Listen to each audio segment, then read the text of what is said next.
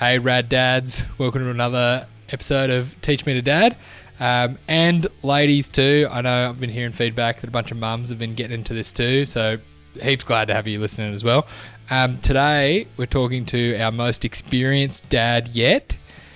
This podcast, it's not been about finding the expert dads. So it's not all about just finding some professional or a dad that's just completely finished to gain all of their wisdom. Lots of this has been about peer learning, people who are in the trenches with us at different stages. So I've been trying to get a bit of variety and different experiences. Hope that's been helpful. But today is our most experienced dad, and he's a champ, and I reckon he's got heaps of stuff to offer us. So today it's David Fauchon. Dave's a champ. You'll love him. Before we get into it, I've been getting lots of good feedback from all of you. My main desire for this podcast is to spur on other dads who are trying to honour God in how they raise their kids, trying to help their kids get to know Jesus. And so some of you I know will be in the trenches of the little kids. Some of you are just looking for new ideas and encouragement. Some of you just need to hear that other people are floundering as well. Or some of you are just looking for a kick up the butt to do something that you're not doing yet. Either way, if you know someone who's a Christian and a dad and you reckon this would be good for them, shoot them this podcast. That'll really help more people hear about this, to be able to encourage more dads. So yeah, do that. Shoot them a link. But let's get into today's episode. David, teach me to dad. Teach me to dad, I am a dad and I need some help. Teach me to dad, I'll never learn this by myself. Teach me to dad, I am a dad. Welcome, Teach Me to Dad, David. Thanks for coming. Thanks for chatting. Pleasure, mate. Always good to hang out. So I wanted to introduce you and why I wanted to talk to you. So we've spent a couple of years at church together, and so done ministry in that and been able to hang out lots through that. That's been really cool. And then I've been able to hang out with a few of your kids as well, through church and through lots of different things. And so got to know them a little bit, and you, and got to know your wife, Michelle.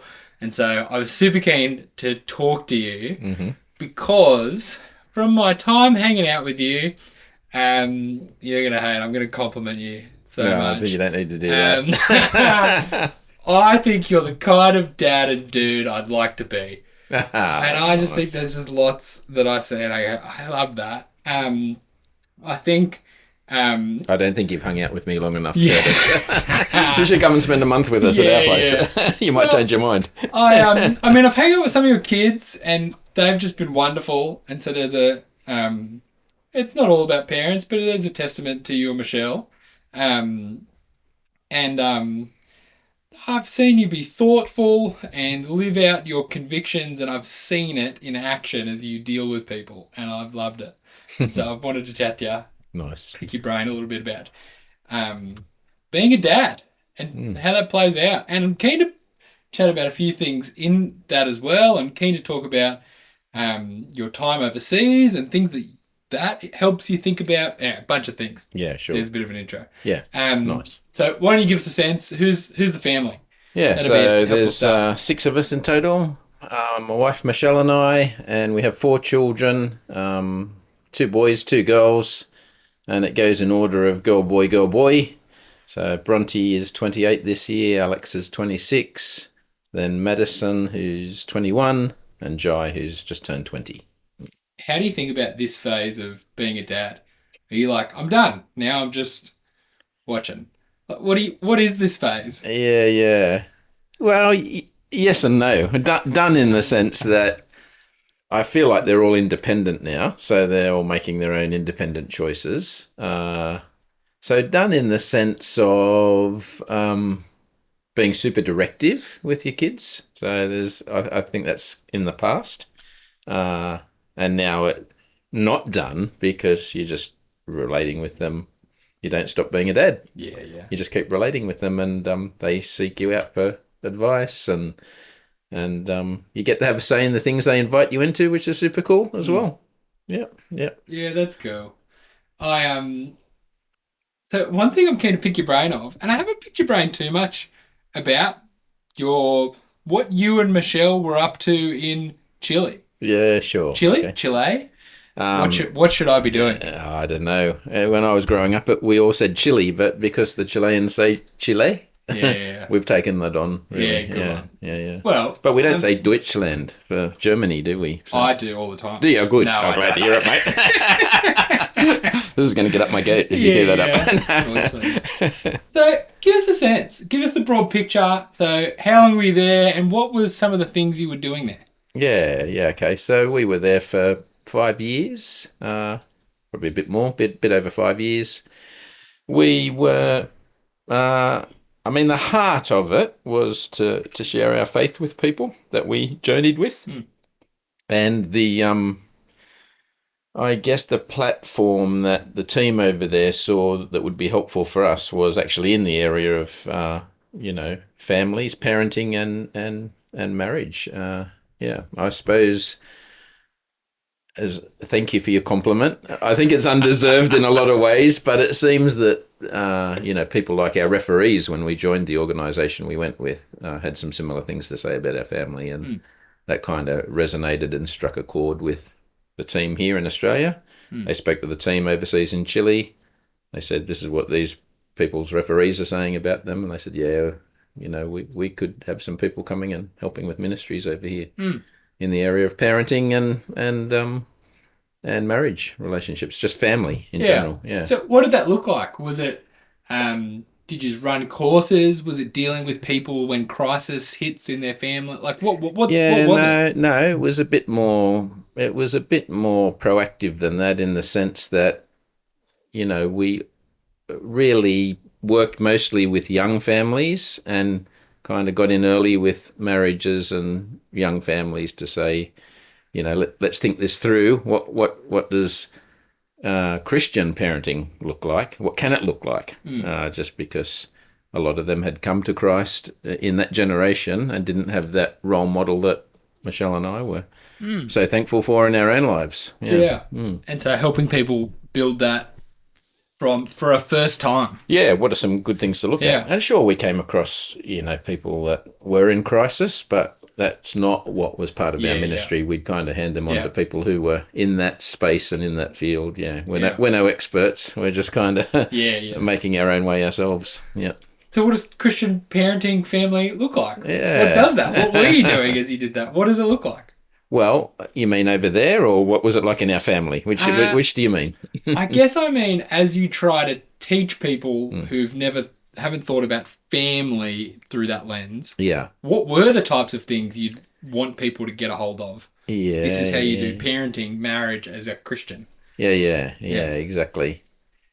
Look, I think it was tied around a lot of the teachings of Jesus, and his big thing was that we would firstly love God and make him our first priority, and secondly that we would love each other the way we would love ourselves. So they were the two big things that we started with in marriage and parenting, and said, certainly our desire, Michelle and I, from before our kids were born, that they might come into relationship with God and find Jesus as the person to be following in their life. And so, in a sense, although Jesus put it, love the Lord your God with all your heart and all your mind and all your soul, that's what our desire was for our kids before they were even born. And we were praying for that. So in raising them and teaching other people over in Chile what parenting can look like in a Christian family, that was to share that same desire, that they might have that same desire for their kids. Yes. This is bouncing a little bit, but it's something I'm keen to get your thoughts on. How much were you and Michelle, at what point are you hands-on, and at what point do you give space to your kids as you want them to, come to their own relationship with God? Yep. At what point is it, let's give them space here, and how much is, I think that just thinking, well, I've done ministry with you and Michelle as we've tried to, share the gospel with people who don't know about it. And so those are things we're constantly thinking. How much do you push? How much do you give space? How did that play out with your kids? I think what we did, when I think back, and maybe we weren't as formulaic as I would have liked to have thought we were. But I think what we did in that space was have some certain routines and things in our lives as a family and their lives from a young age that carried through, and some of that might have been daily, some of it might have been weekly, some of it might be special events. We built some certain things into our lives that gave space for, I guess, the input side of it, where either we were teaching them or the Bible was teaching them or other people that we trusted around us in the community were inputting into them. But where we gave them space, where we were hands off, if you like, was where we gave them space to explore their uncertainties and their doubts. So we read just in not a Christian book, but a secular book early on that taboos in families aren't helpful. So we just carried that across into the space, the Christian sphere, if you like, or the Christian input space. Said whatever doubts they have, look, probably going to be doubts that we've had ourselves. Yeah. So let them doubt and let them voice them and let them explore them, and we'll walk with them in it, but we won't be on them at that point and try and always be the teacher. That's where we trying to got hands off a bit. That's cool. Yeah. Let them doubt would be a good parenting book title you could write. Oh, Let you could write. Let them doubt. Yeah. It's got a good ring to That's it. your next podcast. That's your next Let them podcast. doubt. That's good. Yeah, okay. That's cool. That's helpful. And so, working with families, were there kind of big common problems, obstacles that you saw in families that were like, this is a thing that happens that we keep working with people or helping people be aware of, that you guys will, as you work with people?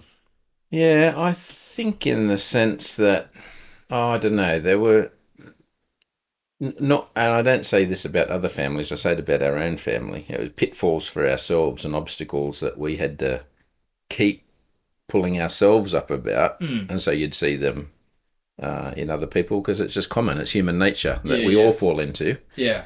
It's things like being on top of your kids all the time and trying to micromanage everything and not give them the space that the things that we just talked about. And I think also it's very easy as a parent to, especially when they're little, the kids can look up to you like a god figure, if you like, or a superhero, if you want to talk about it in other terms. And, it's kind of can puff you up a little bit as a dad that your kids think so highly of you, And one of the pitfalls there is that we don't want them to see the real us. And so we could try and mask it and gloss over our faults and gloss over our mistakes instead of letting that be real and what it is. Yeah. So I think one of the hardest things I remember is, one of our kids, and I'll probably say Alex, who's coming to mind, our second one, looked up very much to me as dad, as the role model, as the man in his life, and highly esteemed me. But I had to apologise to him enough that that point of where a child becomes aware that their parents aren't perfect clicked in. I don't know whether it was any earlier than anyone else, but yeah. I think when you do that journey with them and try and be real where you can, and fess up to your own mistakes and apologise to them, they start clicking, the penny starts dropping. Dad's not the superhero. When do you reckon it happens that your kids start to see the flaws, those kind of things? Look, probably earlier than I would like to let on. Early for you? Earlier than I would like to let on. But I think it becomes obvious to you as a parent in that kind of tweeny area, or that early teens, mid-teens. By mid-teens, it's probably all over. They know they've seen right through you already. But it probably happened much earlier than I give credence to. Yeah, okay. Is this a helpful way to think about the task of parenting? So you talked about, like, there's certain rhythms and things that you put in place daily, weekly, throughout the year. Is it helpful to think as a big aim of parenting is to ensure that I do certain amount of helpful things in our family life. Yeah. Is that Yeah, look, you know I what I mean? think Like, so. Yeah, yeah, yeah. I didn't think so much in those terms. Michelle's a much more structured person than I am. I'm a bit more organic, if you like, and go with the flow, kind of, play it by ear. But realized really quickly and drew from Michelle's strengths when the kids were really young to go, yeah, structure's good, and having some things built in served us really well. Like simple things like having reading yeah, after dinner, as dinner, bath, dinner, yeah, reading time, and then off to bed. yeah, yeah, I mean, just reading with them. They just loved having their parents read to them. yeah, yeah, Often it was just the story, but it just models so many things to them. yeah. A love for literature, Mm, they're learning to read at school. So if they see their parents doing it at home, feeds into it as well. And we'd, have a story that wasn't necessarily a Christian story, but we'd also have a bit of Bible reading as well. So we yeah. kind of mixed the two together, and tried to have story that they could choose from anything, and we'll read this part of the Bible and off to bed. Yeah, yes. So, Yeah. can I play guess the good things to do? Or maybe the things maybe you've done Mm-hmm. as a dad, as parents over the years. Maybe it'll be like a game of Family Feud. Yeah, I'll yeah, guess, this is a thing, yeah? And then we had to see where are some of the gaps. yeah, yeah, So it's like, okay, read the Bible yeah. as much as you can with your kids. Yep. Read the Bible Yep. daily would be great. Yep. That's a thing. Yeah, yeah, Ding ding. yeah, yeah. Absolutely. Yeah, cool. Be at church as a family. Yeah, absolutely. Yep. Cool. Yep. Be around church Christians, even just outside of church as a family. Yep. Absolutely. Cool. 100%. Yeah. Pray with your kids. Yep. Um, That went along with the bedtime. That Yep. was part of the bedtime Yeah, routine. Yeah. yeah. Yeah. Now, as far as the things, Yeah. we're getting to the end of my line. Yeah. Okay. So I'm trying to think what else would be the things. Yeah. Yeah. Those are my mind of the think. There's Yep, kind of yep. as you go things like there's modeling, apologizing, and repenting, and there's the as you go Yep. things. Yep. What are other things that's been a Yeah. part of that's been built in the Yeah, family yeah, life? yeah. We've again, I've got Michelle to thank for this, but Yeah. we celebrated certain, what would you say, like the Christian calendar or Yep. what would have been known as the church calendar Yep. decades ago. Things like Christmas, Easter, Advent and Lent. yeah, These kind of yeah, things and all, that. yeah, all those things. We'd have some sort of family. You could call them rituals if you like, but we tried to make them fun, things that the kids enjoyed and were engaged in, that they would do part of. Yeah. I think did we invite you to one year? I know one of them, and Yeah. I've been fascinated about it. So Yeah. we went to your house. Yeah. Maddie invited us because we were in a growth group. We had a social around Easter, and Yeah. you guys invited our growth group in to an Easter thing, That's it. and it was fascinating. Like it was like, tell me if I'm capturing it right, but it was like a Christian version of a Jewish liturgical feast. Yeah. Is that right? So it was like a Jewish Passover type thing, Yep. but drawing the fulfillment to Jesus. So it was a Christian thing. Yes, exactly. And we were eating bitter things and dipping this in something bitter and talking about sin and dipping something in honey and talking about grace and yeah. I found it fascinating. Yeah, that was awesome. Yeah, and Yeah. we've been doing that for years and years, and just a reminder of the Christian roots and heritage in Judaism and just the people of God from millennia ago. And just following that and how that all points to Jesus and celebrating Jesus in that at Easter time. Yeah. So we do that every Thursday before Good Friday, Thursday night before Good Friday. we're going to do it again this week. We would normally do it on Thursday night, but our youngest lives in Melbourne at the moment. He doesn't get back till late Thursday night, so we're going to swap it to Friday night. Yeah. But we're going to do the same thing, and yeah. So I'm so interested, right? Yeah. I love an idea. I love any ideas that are beyond the 4 things I could think of. Yeah. I love it. Yeah. What are some things? What are some things you've done? Just creating memories. Like I think it goes to we want to create memories as a family and good memories. There's going to be enough bad memories as families, right? There's a book out there called Relationships, a Mess Worth Making. and I think that sums it up well, because there's enough hardship in relationships, including in families and including in our family. We go through some hard times, and they'll be remembered as well. But we wanted to be purposeful in creating good memories and celebrating good things, and sometimes not as thoughtful spiritually as that, but even just having fun together for holidays, making sure we went away on holidays together and did fun things together. We play board games together. We go to the beach together. We go on bushwalks together. We go camping together. We do things that we see as going to create, times to have a laugh and a good time and enjoy the things that we all as individuals want to enjoy, and that'll express itself in different ways. And say, well, let's build into that and commit to it and put time. As adults, we've had to put the time aside. Yeah. By putting things in the calendar. Yeah. But yeah. So this Christmas just gone, or New Year this just gone, we were all down in Eden together, just south of Eden. There's some bushwalking and camping areas down there.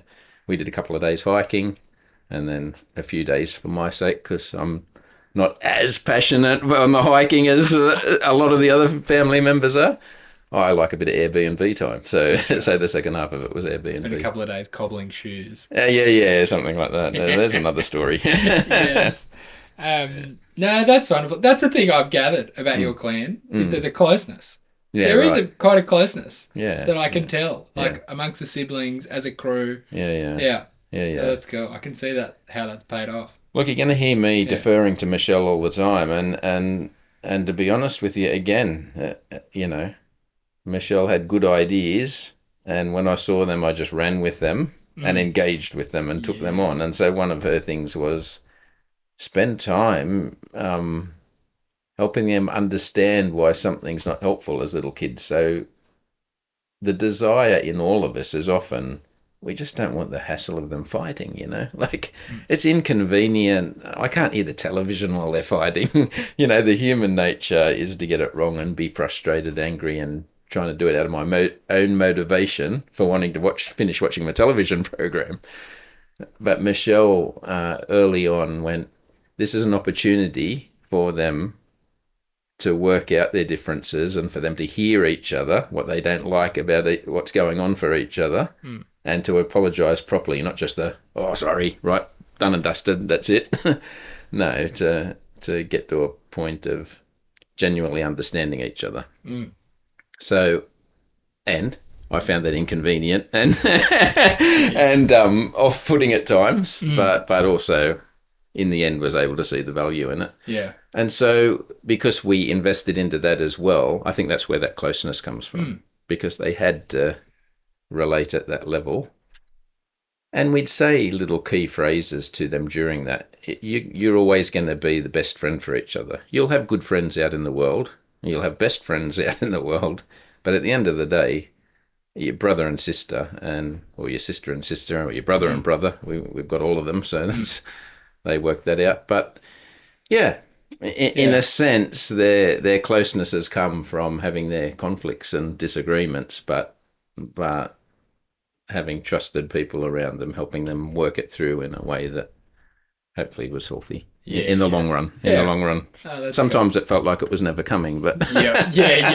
But that's cool. Yeah, I think they've reaped the benefits of that. Yeah. Are there other things like your Easter feast? Yeah. In that realm? Yeah, absolutely. Advent calendar. So all through December, looking at, the Jesse tree. For what that is, you can just Google Jesse tree and you'll see advent calendars and all that sort of thing. And just Is that thinking, like a lineage thing to Jesus? yeah, that, and also just Bible verses to go along Yeah, with yeah. the lead up to Mm, Christmas. And yeah, yeah. So that's a helpful thing for us yeah. during Christmas time. Trying to think. They're probably the two key ones, Yeah. obviously, Easter and Christmas. But This is what I'm planning to try this Easter. yeah, So yeah, for people listening, this will come out after Easter, but we're yeah, recording in the week leading up to Easter. yeah, We've been trying to think what to do for Easter. yeah. So one of the things we've been reading with our kids lately is like a kid's Pilgrim's Progress. Yep. And they've kind of got into that and Yeah. got into the idea of the burden on the back. And Yeah, I feel like nice. that's the one thing from the book that we've got at the moment. Yeah, The that's burden, good. the I scene like where he it. gets to the cross. Hmm. So I'm thinking on probably Good Friday, I get some big heavy backpacks, load them up with the kids, and we go on a burden Yeah, burden pilgrimage. yeah, And we've got some people someone down our street that can have a cross, and we can get there, dump our burden, and then have some celebration I or love something. it. Yeah, that sounds good. That's what I'm thinking. I like it. I like Yeah. it. Yeah, Yeah. yeah, Just put No, some that's weights awesome. in a backpack, and yeah, yeah. I don't know if they'll last That's the walk. tactile. That's memorable. Yeah, That's yeah. no, that's But do good. something fun. And they'll say that forever. Oh, I remember Mum and Dad loading their backpacks up, and Yeah. that'll be stuff they talk about. This. They were more about ideas and implementing Yeah, than implementing. And I'm not good at keeping up an idea. I'm good yeah. at coming up with a new one Yeah, every year. yeah. Yeah. Yeah. Yeah. Well, we've never come up with our own ideas with it, so we've never reinvented the wheel. We've Yeah, always yeah. borrowed someone else's idea. Yeah, So yeah. you're doing well to come up with That's new cool. ideas. I like it. Well, that's good. Any other stuff you gathered from your time in Chile, working with families, or even just cultural differences?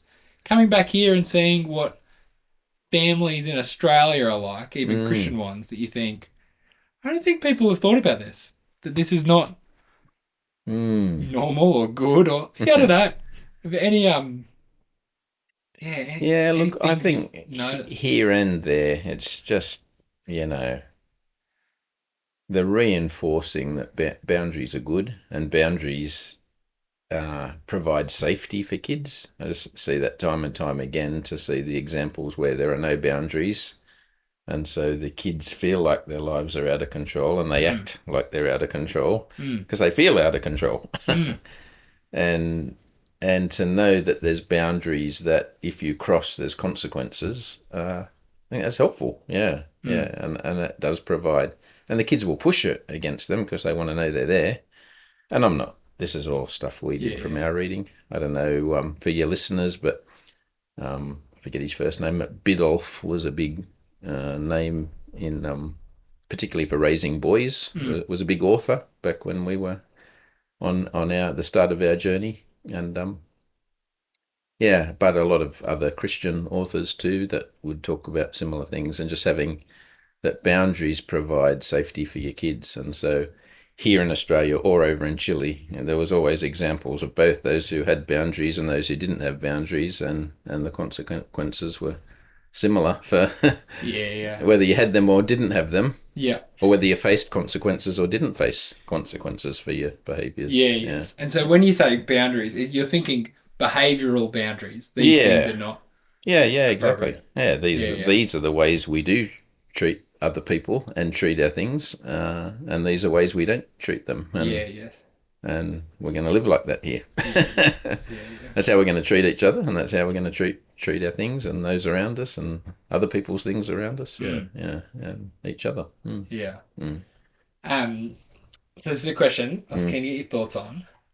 When do you reckon, as dads, we should feel kind of content that we're doing a good job, and when do we need to kick up the butt? Yeah. Like when would you say to someone, mate, you're doing well? Yeah. And when would you say, mate, you really need, like, you've got these kids at home with you for this many years, you need to snap out of it and kick into gear. Yeah. You know what I mean?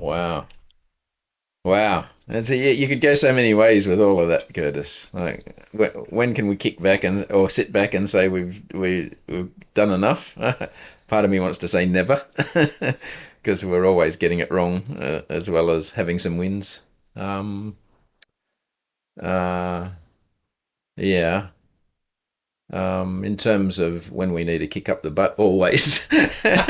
We all always do. But I don't think that's getting to the heart of it. So just say that last bit again. What some of the examples you just gave when you were asking that question.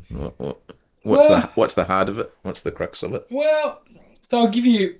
So my family at the moment, we've got 3 little. Our littlest is newborn, like trash in our sleep phase. So we're low energy survival mode. It's like, how much are we doing to invest in our kids? We're taking them to church regularly. We're trying to read the Bible with them regularly. Yeah. I mean, I don't feel like we're nailing it. Yeah. Like we're constantly resetting that schedule, I feel like, because we set it, lose it, set it. Like you feel like we have a routine that's forever being restarted. Yeah, absolutely. And I think, oh man. You know, things like that. And I go, well, when is it like, mate, you know, you do any better? Not just for me. I just mean generally, like, when is it? Yeah, I don't know. Yeah. I don't know if we're too hard on ourselves or too easy on ourselves. I'm not really sure. Good question.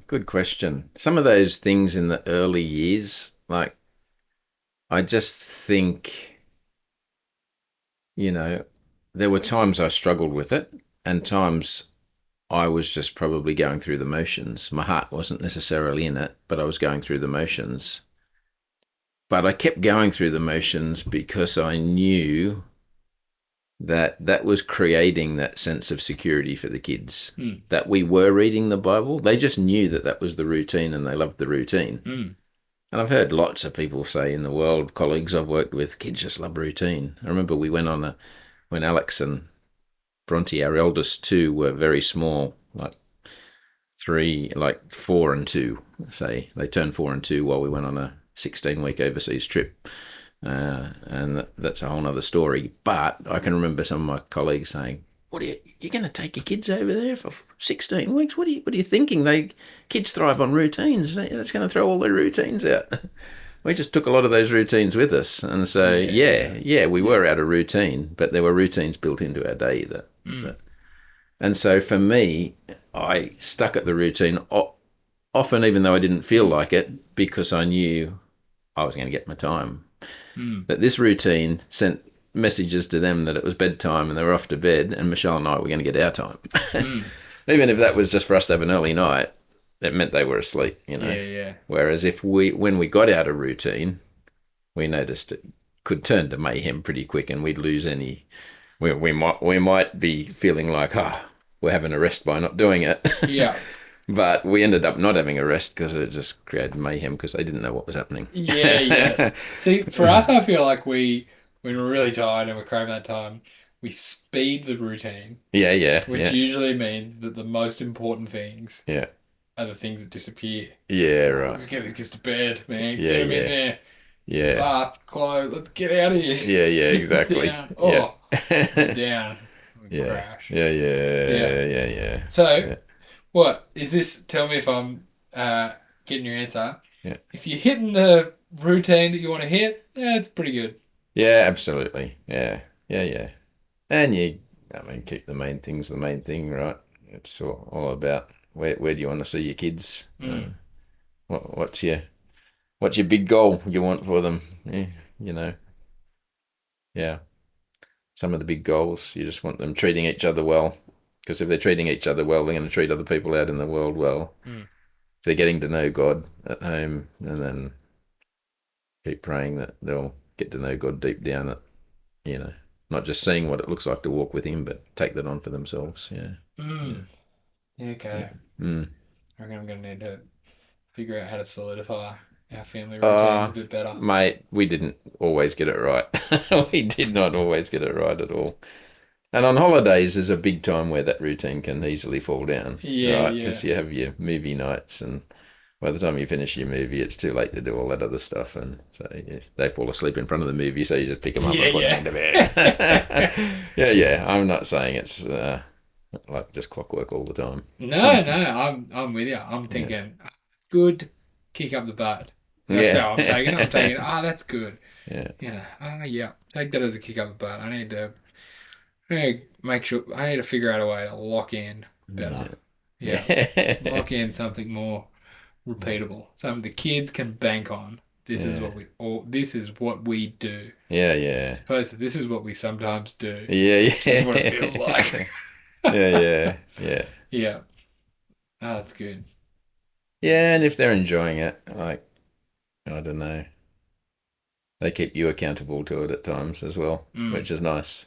Nice, because again, times you don't feel like doing it, but they're asking for it. Oh, that's great. Yes. Yeah, okay, we can do that. Yes. But honestly, Kurtis, as a working dad, sometimes I can remember just falling asleep. When they got to the point where they were reading the stories, actually, even reading the story myself, they'd be waking me up because I'd be mid-sentence falling asleep with, Who Sank the Boat, or, one of these kids' books, and Dad's fallen asleep in the middle of the story. Yes. Yeah. Maybe a last area I'm keen to pick your brain on.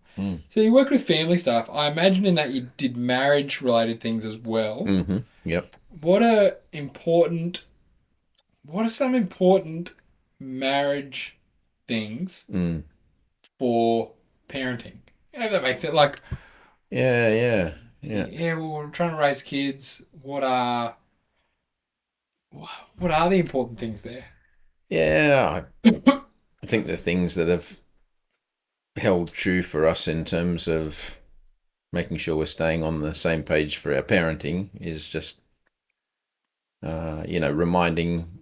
creating enough space to remind each other, that we're on the same page, we're on the same team. Often in conflict in your marriage, you can feel like you're against each other, and you're not on the same team. But to kind of remind yourselves you just don't want to be divided and conquered by your kids, and that's very easy to happen. The kids very easily can learn how to play one off the other. But trying to keep on the same page, and if you can be investing into your marriage, and we haven't always done that well over the years, but by running marriage courses, it certainly reminds us of some of those good tools. They always said, I remember even at work, in my secular work, the boss used to say to them, well, but by teaching these things, when you teach these things, you're the one who's learning the most. Not necessarily the people that you're doing the talk for. So, and I think that's true too for us. But there's great tools in some of the marriage courses out there, and some of them, if you're a person of faith, then if it's built, some of the faith principles are built into that, great. But there's tools in the faith-based ones that are applicable in ones that are not faith-based at all. That spending time together, carving out time for each other, while you're on a date night, reminding each other why you started dating each other in the first place and what you enjoyed about each other, why you wanted to hang out together, and reminding yourselves of some of those things, because it's so easy to let that go and forget. And when you build into those things, then you feel like you're on the same team. You feel like you're got each other in the parenting space. And I think the kids notice that as well, and don't quite as tenaciously try and get what they want off one when they haven't been able to get it off the other. Yeah, gotcha. No point. I know what Dad's going to say. Have you asked your mum already? Yes. Because it's that idea of a team. Yeah. We're a team. We're on the same page. Yeah. Yeah. Simple thing. When your kids come and ask you, well, have you already asked your mum or your dad about that? Yeah. What did they say? When you asked them, what did they say? Yes. Well, Dad says the same. Sorry. Does Michelle come on your motorbike with you? Not yet, but we made some progress this weekend in a conversation. She just doesn't want to die with me on the motorbike, so we both die together for the sake of our kids. Yeah. For the sake of our kids. But it's cool for one to go. Yeah, it's all right for one to go, but two at the same time. That's irresponsible. Yeah. But there was a little chink in the armour there. Yeah. We might be on the same page with that one yet, too. That's so funny. I bet you if I asked her, she'd be like, no, that's not what I meant by that comment. And you've gone, I think that was a yes. I think that was a yes very soon. I'm taking this weekend that she said a clear yes, this could happen. Yes. Oh, good. Yeah, good. Oh, well, this has been super great. Oh, lots of things I'm keen to ponder on. And some things I'm keen to do. Yeah. Nice. That's good. Yeah, well, I hope some of that works, and the ones that don't, just chuck out the back door and try something else, man. Yes, good. Oh, unreal. Well, thanks for chatting. Really appreciate it. Pleasure, Kurtis. How good hearing from Dave. Some standouts for me and my learning from him. Big one, definitely let them doubt. Kind of advice of taboos aren't good, and not helpful. Have no taboos, and to allow people space to doubt, and nothing's off limits. That was really helpful. Keen to take that on board.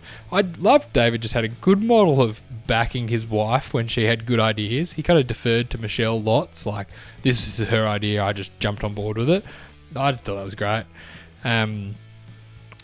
He definitely spurred me to think creatively about family rhythms and traditions that'll help kids teach the gospel. So he had a couple of ideas there. I'm keen to think for my own family what kind of traditions and rhythms we want to build in.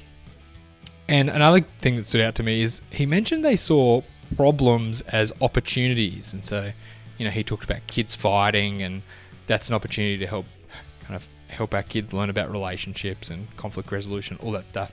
So I just thought it was a good mindset, seeing problems as opportunities. So I thought he was great to talk to. He was a good model of grace and a willingness to try hard, push on, do everything I could. He wanted to try lots of things, but was very comfortable depending on God and his role in all of this.